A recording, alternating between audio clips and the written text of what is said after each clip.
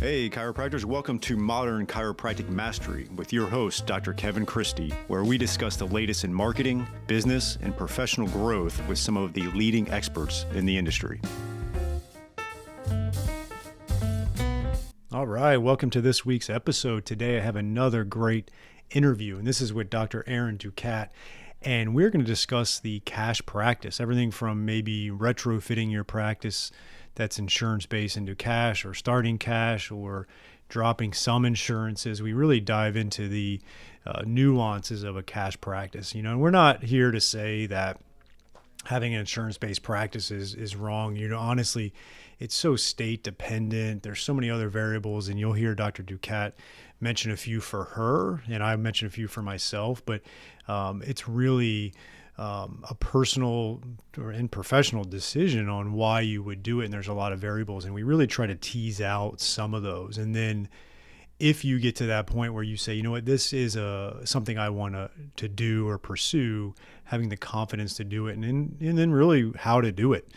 And Dr. Ducat has been really helping out a lot of chiropractors with that. And so we discuss a lot of the different moving parts of a cash practice in this interview. But before we get to that, I want to mention we are still doing our marketing contest. And again, the goal of this is to get some really great ideas out there. So if you can email me, kevin@modern-jockey.com, and share your best or most successful marketing campaign, I will then do an anonymous poll in the Facebook group to vote on it.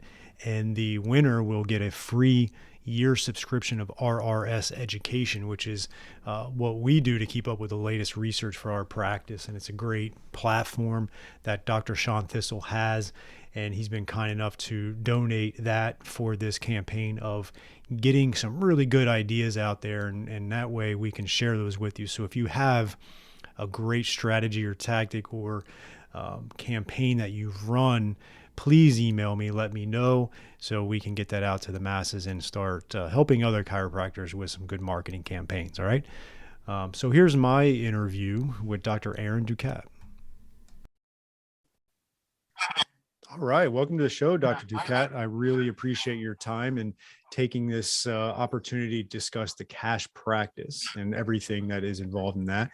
I think there's a lot of misconceptions around it, and we're going to try to answer as many of those as we can.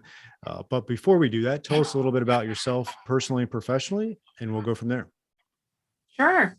And thanks for having me here on your podcast. I'm a chiropractor. I have been practicing. I graduated from National actually back in 2006, and I've been practicing full-time pretty much ever since then. I practice here in suburban Chicago. I always like to clarify, I don't practice in the city of Chicago. I'm out here in the suburbs. And my professional background is I do a lot of sports rehab, orthopedics, and then I actually have a side specialty in women's health and pelvic floor rehab, which is something I've gotten into here in the last couple of years. I have a diplomate, orthopedic diplomate, a rehab diplomate, and then I'm a CCSP. Never got the diplomate for the sports, but definitely a nerd and love to learn. More recently, here in the last couple of years, I've done some more teaching. Both actually, I've taught on billing and coding before, and I know we're talking about cash practice, but there's a lot of connection between billing and coding and cash practice, and then some clinical topics. So I'm really active here in the Illinois Chiropractic Society. That's something I love to give back to the profession, and I'm excited that we're actually going to start meeting here in person, some of the conventions in here in 2022. So it'll be good to see everybody again. Yeah, I'll be in Chicago next week for my strategic coach meeting. So it'll be the first time. Awesome. Yeah, first time we're back in person since COVID. So I'm looking forward to that.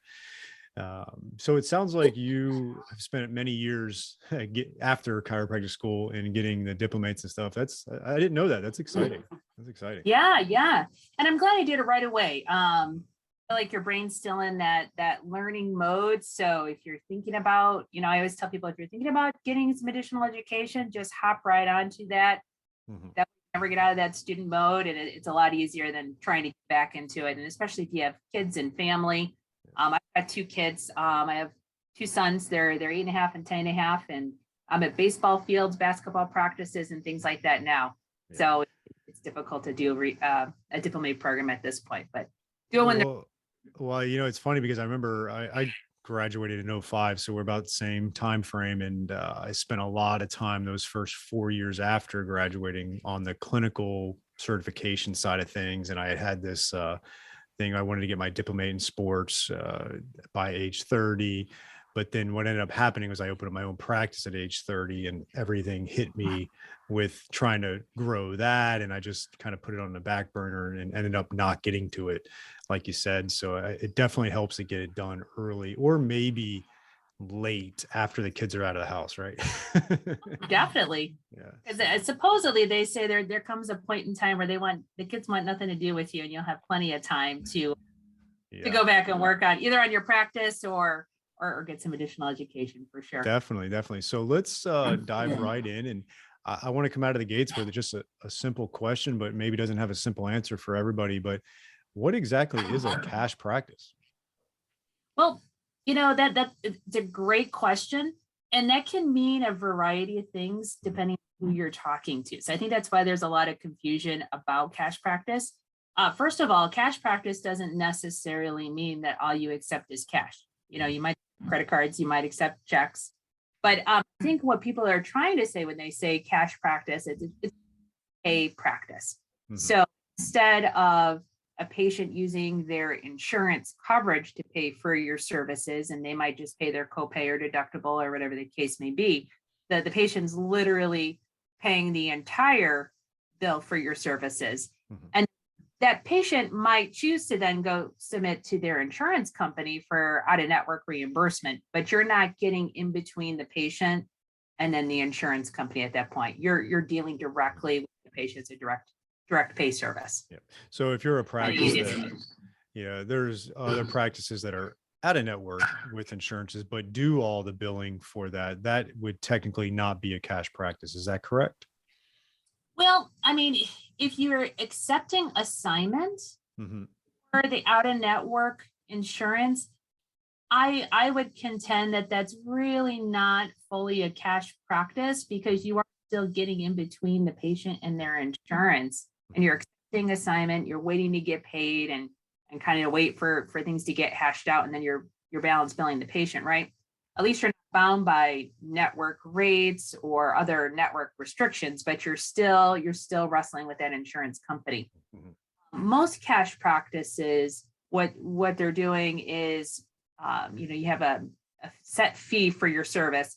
You're billing that to the patient pays, and then you're usually supplying a detailed receipt, or they call it a super bill, to the patient, and then they can then send that into their insurance carrier and then receive reimbursement that way. Perfect. And then where does Medicare fall into the cash practice? That's where things get a little dicey. Right out of the gates, going to hit you with a hard one. Yeah, right. So Medicare, as a chiropractor, we don't have the ability to get out of Medicare, right? So if you're going to be seeing a Medicare patient and you're going to be rendering a Medicare covered service, which for us chiropractors right now is the chiropractic adjustment when medically necessary, you have to be either registered as a participating provider with Medicare or a non-participating provider with Medicare. The difference there is participating is kind of like being in network, right? With Medicare, you're accepting their rates, you're accepting assignment. You have to send a claim into Medicare. They're going to pay you a certain amount, and then they're going to forward those claims over to the patient's supplementary carrier if they have it. And then you're going to receive a little bit from them, and then you'd be balance billing the patient for any non-Medicare covered services. So like examinations, physical therapy, acupuncture, things like that. Non-par, you have a choice of either accepting assignment for the patient and sending the claim in, or not. I mean, you can just, you cannot accept assignment and have the patient pay you directly. You could send the claim in, but then the Medicare is going to reimburse the patient. So you're kind of staying out of that circle a little bit, but you're still bound by their limiting charges. So they have fee schedules, and it will vary depending on what part of the country you're in. So you have to really do your research and look that up, see what your limiting charges that you can charge those patients, even if you're non-par. And then you're still bound by all the same documentation and regulations with Medicare. So since, over the years here, I've transitioned to cash practice. I used to be actually an fully insurance-based practice, and I've transitioned out of that. And as I've counseled other doctors to make that same transition, one of the things I have found that's easier is to stay participating with Medicare, because you're still bound by all those billing rules. It's much easier, and it's just basically 3 codes Medicare covers for chiropractors anyway. The rest of it's cash practice. It's actually easier for us to stay as it is right now in network or participating with Medicare. Yeah, and that's what we've done, and we've also not been afraid to charge our Medicare patients, because we're certified in active release technique, and when we do that, we do it.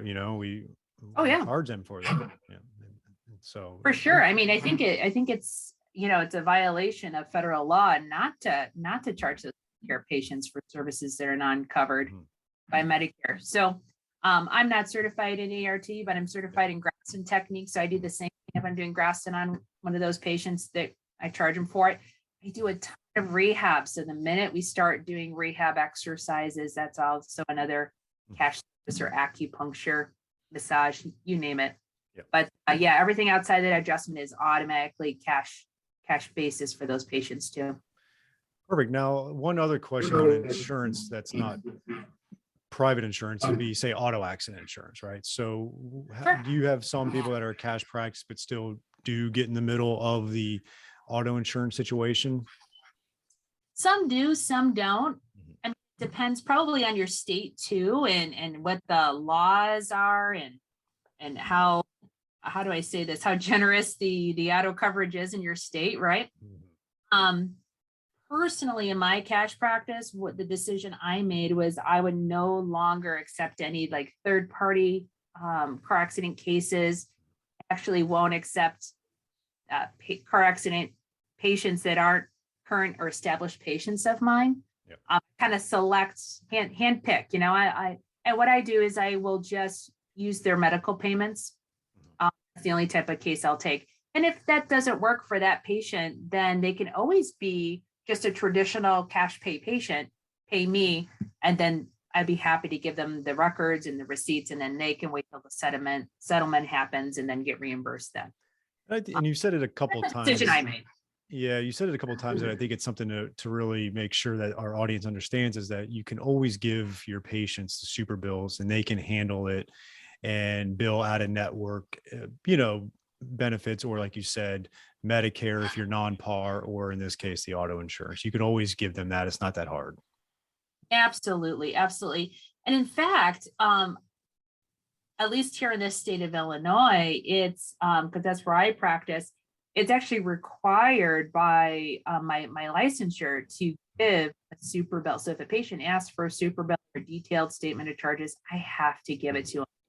That's one thing that you really want to think long and hard about when you structure your cash practice, is that you still have to itemize things out by CPT code. You still have to diagnose your patient, put those codes on there, and you still have to have a standardized fee schedule so that you can stay legal. And then also, I think your patients are going to appreciate it too, because then they can get reimbursement if they want to from their insurance companies.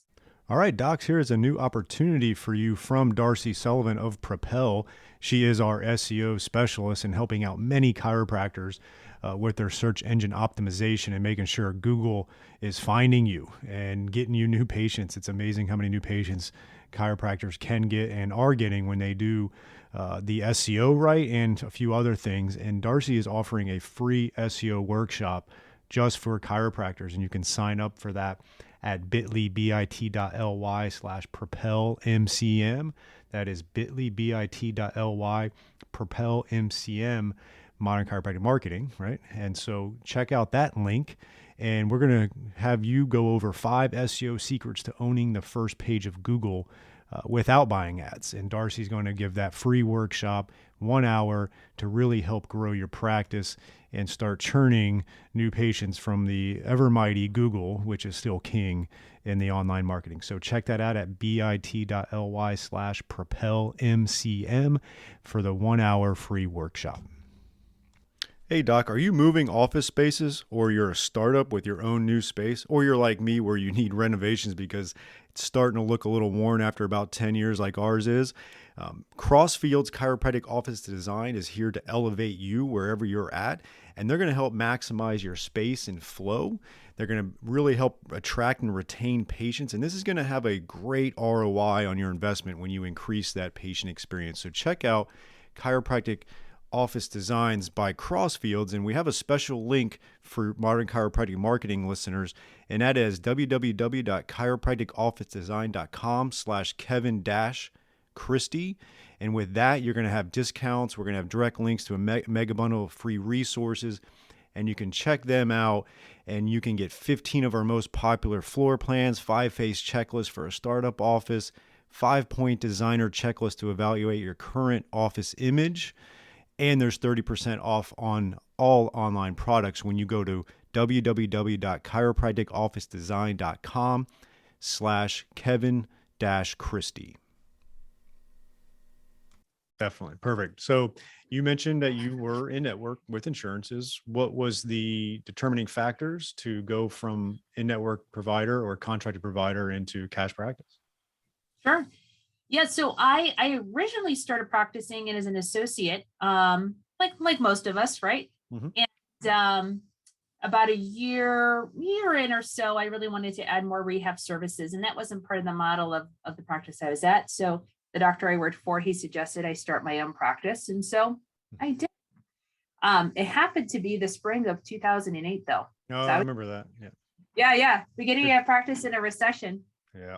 And, pretty much opened it up on a credit card convenience check, which looking back was not the smartest business move, but thank God, it's through.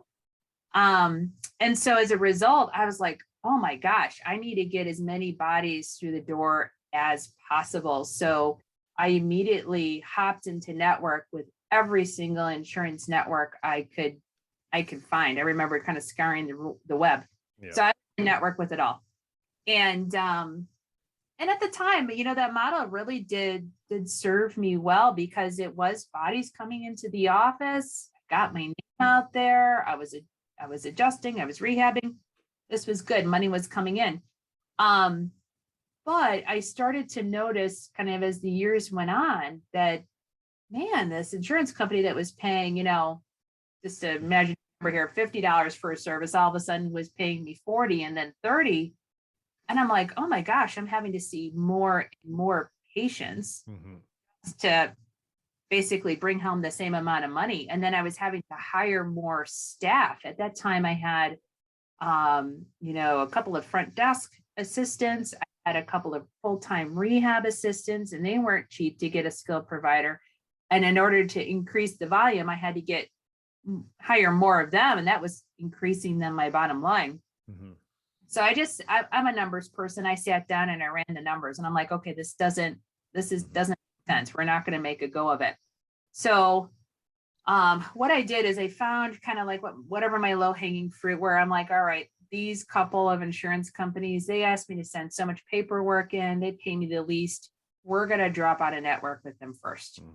So I looked up the contracts and that's exactly what we did. And, that even though they were smaller percentages of my practice, that was a really scary thing for me to do.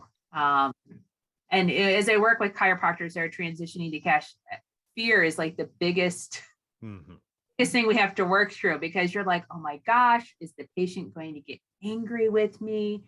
And is it going to be like crickets in here and no one shows up as soon as I drop out of a network? Are they going to think I'm greedy? All these things are going through your mind. But I took that leap of faith and I dropped a couple of companies. And we had a temporary decrease in volume, but within a month or two, it was right back to our normal levels, and we were actually more profitable. Yeah. So that was encouraging. So then as time went on, insurance usually doesn't pay more, they pay less. Yeah.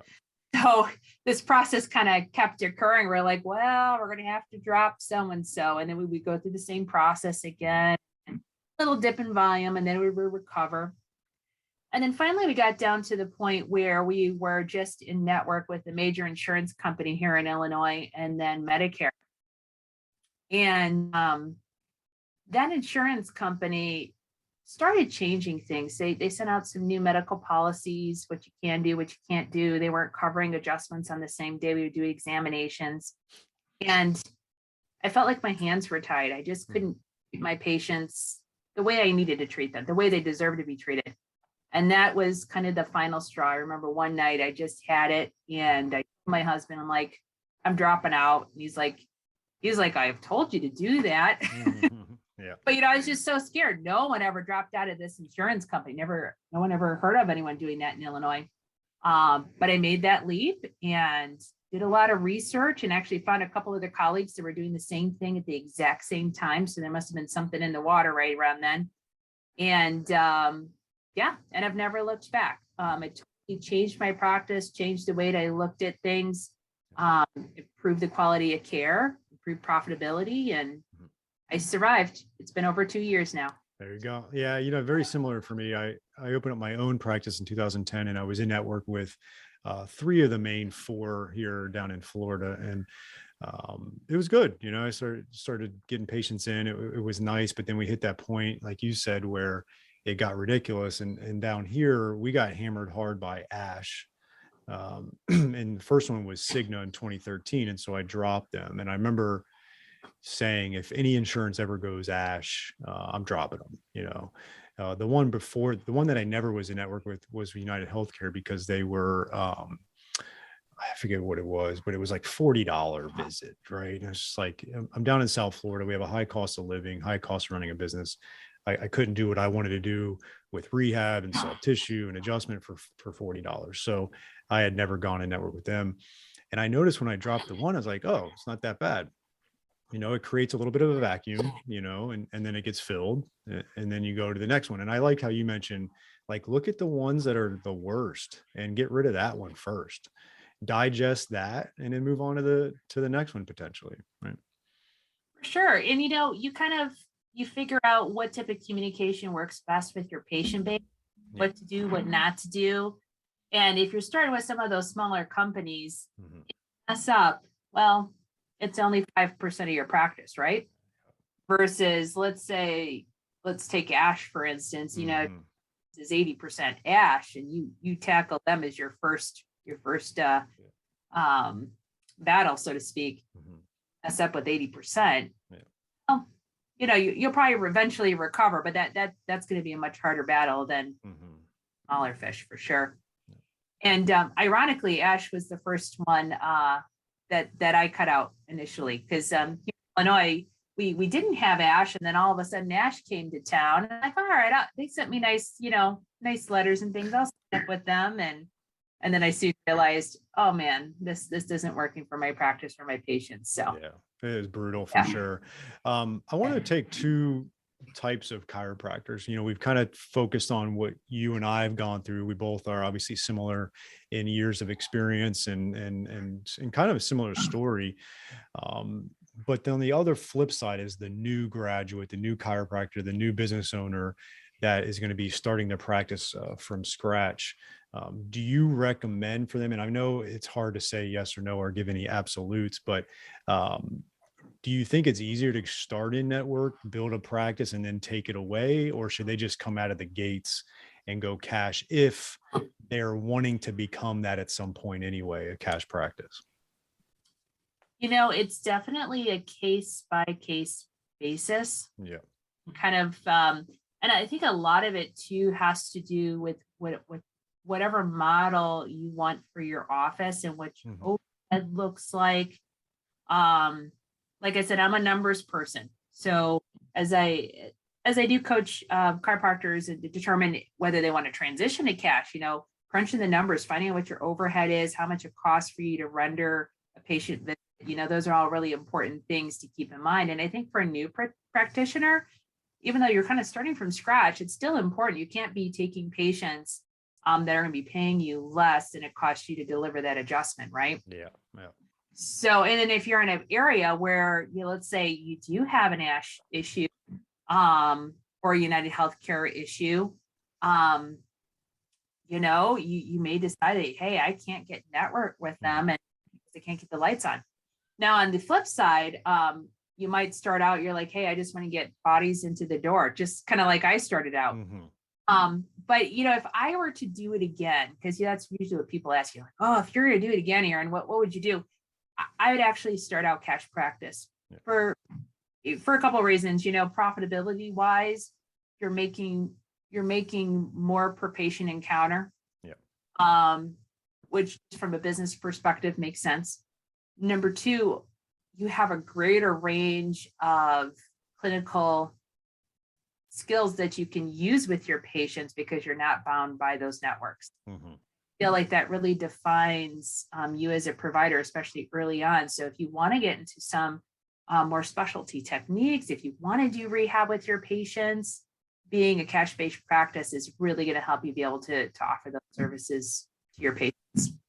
Yeah, and you touch on it a little bit, and you mentioned profit. I love this little quote from Wes Geip. It says, volume is vanity, profit is sanity, cash is reality.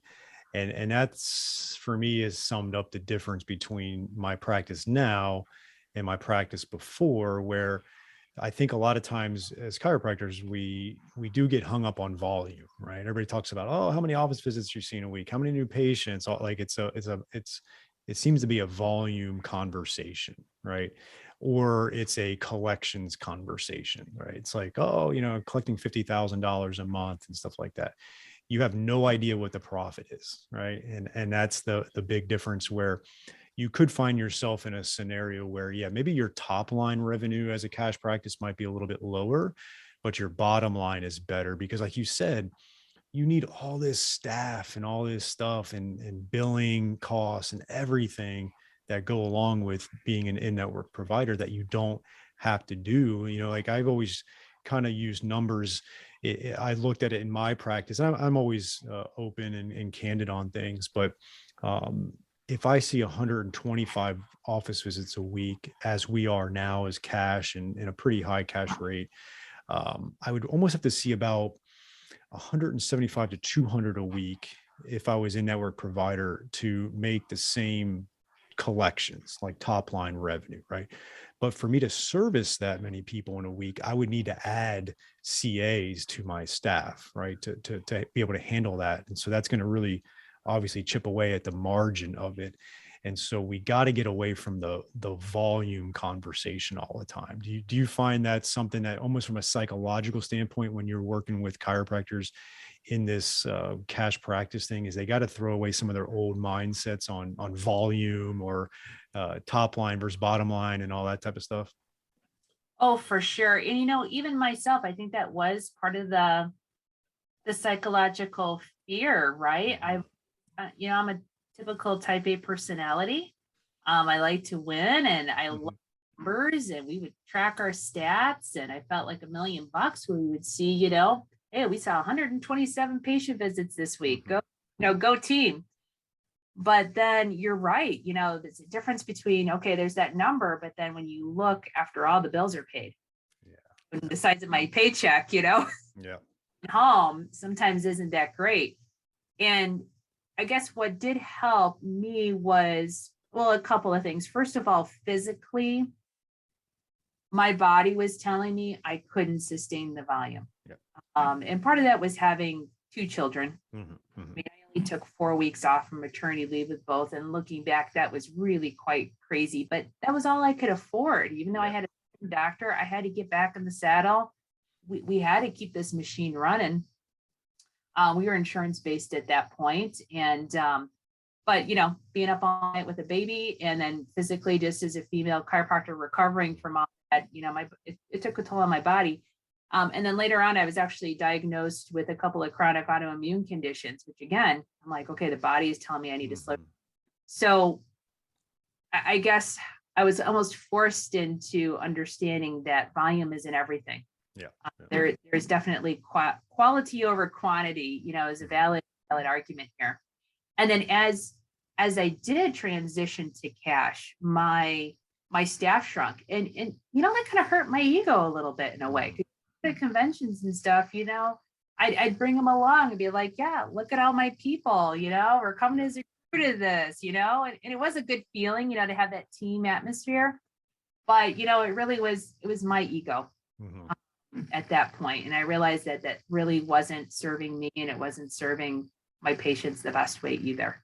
So as I did transition to cash, volume went down, but quality went up. And then I was actually able to connect more with my patients. And I find that that's very, very fulfilling as well. And it's not that I let them, chit chat for an hour for an adjustment, because that doesn't make any sense either. Mhm. But I'm able to be more interactive with them, and then they're getting better care. And actually, ironically, my patient visits for like an active care case went down once I started doing all the rehab and everything myself, because we were able to change things on the fly, and that quality of care to go up. Yeah. So that kind of helped Mhm. help my ego a little bit and help me feel better about that transition. Yeah, it's interesting. There's a lot of different dynamics to it. Obviously, if our audience is listening and they're in the States, every state is different, right? Like there are still some states where insurance is paying very well. This podcast you and I are doing today is not meant to say you got to go from insurance to cash, but if you're crunching those numbers and you're doing the analytics like you're talking about, and you've come to that conclusion, that's what this podcast episode's about. That's what you're helping out people is like, okay, let's now make that leap of faith. There's obviously plenty of great chiropractors that are in-network providers. And there's some that aren't, and so, but that's across the board. There's some cash practice chiropractors that aren't doing great care either. Right. So, our goal for this is to give you the confidence and a little bit of the understanding to make that leap if you decide to. For sure. The situation I was in, it got to the point with my insurance-based practice that I might have only seen the patient for 5 minutes per visit, right? Because I was just administering an adjustment. I had staff doing everything else. And as a result, I just wasn't able to have that direct contact with patients. But if you're in a state where, they're paying you well enough that you can actually spend that time with your patient and deliver the type of care that you feel that patient needs, absolutely, I would use insurance, because, cash practice isn't all, it's cracked up to be sometimes too. Challenges, you're going to grow a little bit more slowly because you're going to have more selective patient base to pick from. But those patients that come in are going to be very highly motivated to get better. And usually awesome active patients, because they are investing in their care at this point. It's not someone else paying the bill. It's on the line. I'm going to give a little bit of a marketing spin on things too, because I talk about the XY axis of marketing from Seth Godin, and you got the vertical axis could be, let's say on the bottom is non-expert, and then on the top is expert. And again, this is in the eyes of the community, and let's say enough people that would consider you either an expert in something or not. And then the horizontal axis being cheap on one end, and on the other, let's call it value, right? High value. Okay. And if you're in that bottom category where not enough people consider you an expert, that high value is going to flip to expensive, right? If you're a cash practice, or if you have high cash rates, right? Too many people are going to consider you expensive and not enough value, versus if you do enough to position yourself as an expert in the community, that will be high value, right? And so people will look for that and say, okay, yeah, I'll pay that because you're the expert, and I got a strong referral, or I saw the videos you were doing and it really looked like you knew what you were talking about, and your practice is nice, like all that type of stuff. And so you can position yourself well enough to be able to handle this. It can be a little slower, like you said. And I think you and I kind of benefited where we position ourselves in the eyes of enough people as an expert in our community, with the insurance-based practice, and then took that away. So we had enough people that were like, oh yeah, I'll pay the cash rate. Right. And so those are a couple of things to take into consideration. And frankly, nowadays, being a cash practice, it's almost, they're not paying that much more cash than what their deductible or copay is nowadays. Right. Exactly. Is that what you're finding? Totally. I mean, hey, personally, I have insurance, healthcare insurance. Mm-hmm. I have a $4,200 individual deductible. Yeah. So I'm thinking of anything that I'd ever need to see a chiropractor for, I doubt I'd be hitting a $4,200 deductible. So that's coming all out of my pocket anyway. Yeah. So majority of my patients, they have plans very similar to mine. So they're like, hey, doc, it really doesn't matter. They can still use their flex spending, their HSA accounts, things like that, even if you're cash practice. So all that still kicks in. But yeah, and it depends too on how you want to structure your cash practice. I could see a different type of a model than mine. Let's say if you did have a very efficient, streamlined cash practice that wanted to be a little bit lower cost, but deliver some really quality care. I mean, if you had, maybe you're sharing office space with another provider or just having a very simple, clean setup for your office. I mean, as long as you kept your overhead low, man, you could come up with a model where you might even be less expensive than the in-network doctor deductibles and the copays, just depending on how you decided to set up that practice. I happen to be in a more affluent suburb, and so the patients here, they kind of expect a different level of service, so that's what we deliver. But I've often thought about that. If I were going to open up in a different location, hey, how would I structure it? How would I make that happen? And it definitely could be done. Yeah. And I, it's a good topic too. Everybody's in different areas. You're in an affluent area. I'm in an affluent area. So I can handle having a higher cash rate, things like that. It's hard to do that in some towns, which I get. I just implore chiropractors, no matter whether they're in network or cash, is the math has to work. I talk to too many chiropractors where they're spending 30 minutes with the patient and they're getting $50, right? So they're basically getting $100 an hour if they're booked up. And that might sound, what happens, I think the mistake people make is young chiropractors in particular, is they think to themselves, oh, $100 an hour, that's good money, right? Like if you were a job person and you got paid $100 an hour, that would be good, right? Like that'd be great. But you're not a job person. You're a business owner. And so you do have overhead, and $100 an hour, frankly, is what a massage therapist gets, right? Or even a personal trainer. And you went to too much school and you're too skilled to be $100 an hour. So you got to make sure, based on however much time you're spending with the patient and in what your reimbursement is, it's got to be higher than that. And you got to make that math work to do it. Otherwise, it's going to be a real tough struggle to have enough margin, right? To be able to grow that. Is that something that you chat with chiropractors as well about? Oh, for sure. And when you're setting up a fee schedule for cash practice, because actually I started a beta launch of a kind of a transition to cash practice course for chiropractors last year. And that was the biggest struggle I noticed for students in that course was, how do I figure out my fee schedule? Because, they'd had this fee schedule determined by these third parties this whole time. They've never determined like what they should actually charge for things. And actually what I did is I walked them through, like, let's actually even back out of the office. What is your home overhead? Yeah. And for a young chiropractor, like, man, their student loans are higher than I think definitely what I paid, but I'm sure you as well. Like you've got to factor in your student loans. Like, okay, that's an overhead cost. What's your living expenses? What do you need to take home after tax? Don't forget about taxes. And then extrapolate, okay, this is what my bottom line number is. This is what I need to take home. Then look at your overhead at the office. And then you can start getting an idea of what you actually need to charge, per hour. And then, okay, how long does it take me to adjust a patient? How long does it take me to do a new patient examination? Do I take an hour just because that's what I've done since school? Or maybe 40 minutes is sufficient. I can do a really quality exam in 40 minutes and keep it more cost effective, So then start evaluating how long is it actually taking me to do these different procedures and what the dollar amount looks like. And then how many hours a week do you want to work? I mean, full time means different things to different people.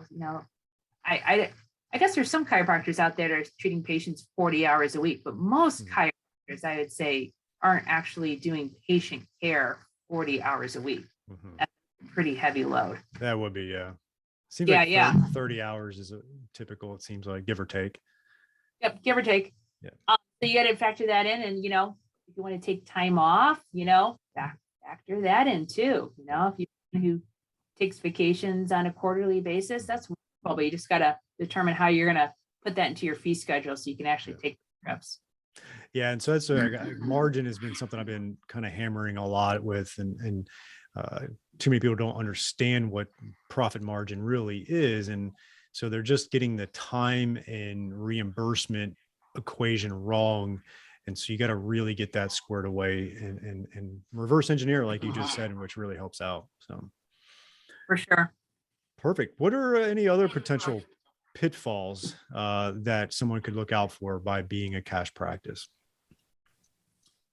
Well, so when you say pitfalls, like is you're converting into cash practice, some of the things that could go wrong? Yeah, or even just starting out your own, like your new practice. You're going to open up your own practice. You're going to go cash. What are some things that you want chiropractors to avoid the mistakes of? Yeah. Well, one of the things I think you've already kind of touched on is you've got to be different somehow. What's different for me is going to be different than what it's going to be different for you, but you can't be, Joe Schmo, basic chiropractor. You've got to define what your niche is and make sure you have a reason that a patient's going to come and use their money to pay for services at your office. Mm-hmm. So that's probably one of the first things that I would advise. Second, don't think that if you go into a cash practice that you don't have to chart anymore or document or diagnose.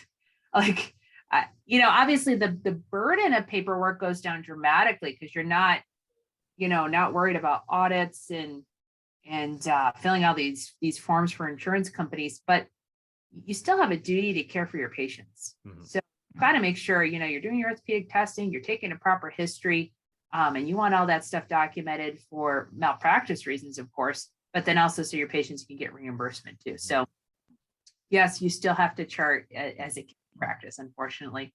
I wish you didn't, but yes, we still have to chart. And then probably the last thing, and this was a big hang up too in my course with some of the students, was as you're preparing to make this change, like your gut reaction is just to do like this blanket mailing or email or big giant sign in your office saying, hey, we are out of network as of this day. But really the best way to communicate is on a one-to-one basis with your patients. Yeah. And be a person. Tell them clinically why you're making the change. Tell them, why this is important to them and how it's going to make their life better. Mm-hmm. And then cater and answer those questions, cater to their needs. Yeah. It's easier and more efficient to kind of put out that blanket statement. Really, when you do transition, or if you are a cash practice, you're just starting out, telling the patient, hey, I do things a little differently at my office. I'm a network provider, so I can offer XY service to you, or, you can come up with whatever your unique selling point is. But really customizing that, not doing one of those blanket mailings is highly advised. That's a huge pitfall. Yeah, no, it's definitely something that we avoided. We definitely wanted to have the conversation. I wasn't afraid to have the conversation, and they appreciated it. They really did. So. Yeah, some of my patients too, is really surprising. They're like, yo, yeah, doc, I can't believe you haven't done this before, Yeah. They would see their EOBs come back from the insurance company, you charge $100 for something and it gets cut down to, 90 cents. I know I'm exaggerating, but patients get it. I always would say it was like, well, unfortunately, the cost of, if anybody ever wanted to talk about the finance of it, if I'm talking about a chiropractor, it's like the cost of living has gone up, cost of running a business has gone up, but our actual reimbursement goes down. It's like the only thing on the planet where you can't actually adjust for inflation. It actually adjusts the opposite way for inflation. It's really bizarre. And actually, what's interesting is, let me think here. So obviously I had a price change in the beginning of 2019 when I converted to cash practice. I had another price change at the beginning of 2021. I didn't really want to rock the boat during 2020 for obvious pandemic reasons. But 2021, I'm like, all right, it's time. We're going to make a slight change to the fee schedule. And no one really said anything. It really didn't affect my volume at all. But then in 2021, I mean, there was a lot of inflation that occurred. Yeah. And I had made this decision once I transitioned to cash practice that my prices were going to be based on, cost of living, inflation, real numbers, just like a real business, right? And so I looked at it, I'm like, man, I'm going to have to raise my prices again. And then as I did communicate that to patients, I quite literally just told them like, hey, as you know, inflation is up 6.5%. So as of this day, the prices are going to go up 6.5%. And they're like, oh yeah, doc, we know prices up everywhere. I'm like, yep, they are. Yeah, and that was the discussion, and it was over. And we didn't lose any patients or have any. And that is a very freeing thing, as a cash practice. You're able to adjust your fees to the economic climate and to real costs. Definitely. Well, I really appreciate the information and your time today. How can our audience reach out to you if they want to learn more about having a cash practice? For sure. Right now, probably the easiest way to get a hold of me is actually through Facebook, Erin Ducat, and I'm sure we can add some links and things here into the show notes. I do currently have the people can still sign up for the beta launch of my cash practice. Perfect. Yeah. And I'll also put that in the show notes if you provide that. Yeah. So it's bit.ly/cash practice beta launch, the current URL. And so it's at a greatly discounted rate right now because it is a beta launch course. But what's great is I've helped about 25 chiropractors through that course transition. And there's a lot of them that transitioned here the beginning of the year. So it's great to see those success stories coming through. And then if we move closer into summer here, I am currently in the process of rebuilding the course, taking some of the feedback from the initial group of students, building it bigger and better to equip chiropractors to make that transition. Then, of course, January 1st of 2023. So if people connect with me, they'll get information about that, and I can keep them tuned in for that information as well. All right. That sounds good. Thank you. Thank you. That is it for this week's episode. But before you leave, check us out at www.modernchiropracticmarketing.com for all kinds of free resources such as blogs and the podcast episodes. We've got online courses. You can check out the Chiropractic Success Academy there, which is an amazing online coaching system for you at a very affordable monthly rate. There's a free online course on the modernchiropracticmarketing.com website, so check that out. If you're interested in some one-on-one coaching, we can do that as well. We have all kinds of resources for you there, and we would also truly appreciate if you could rate and review this podcast if you're getting valuable information out of it. I can't thank you enough, and we'll see you next week.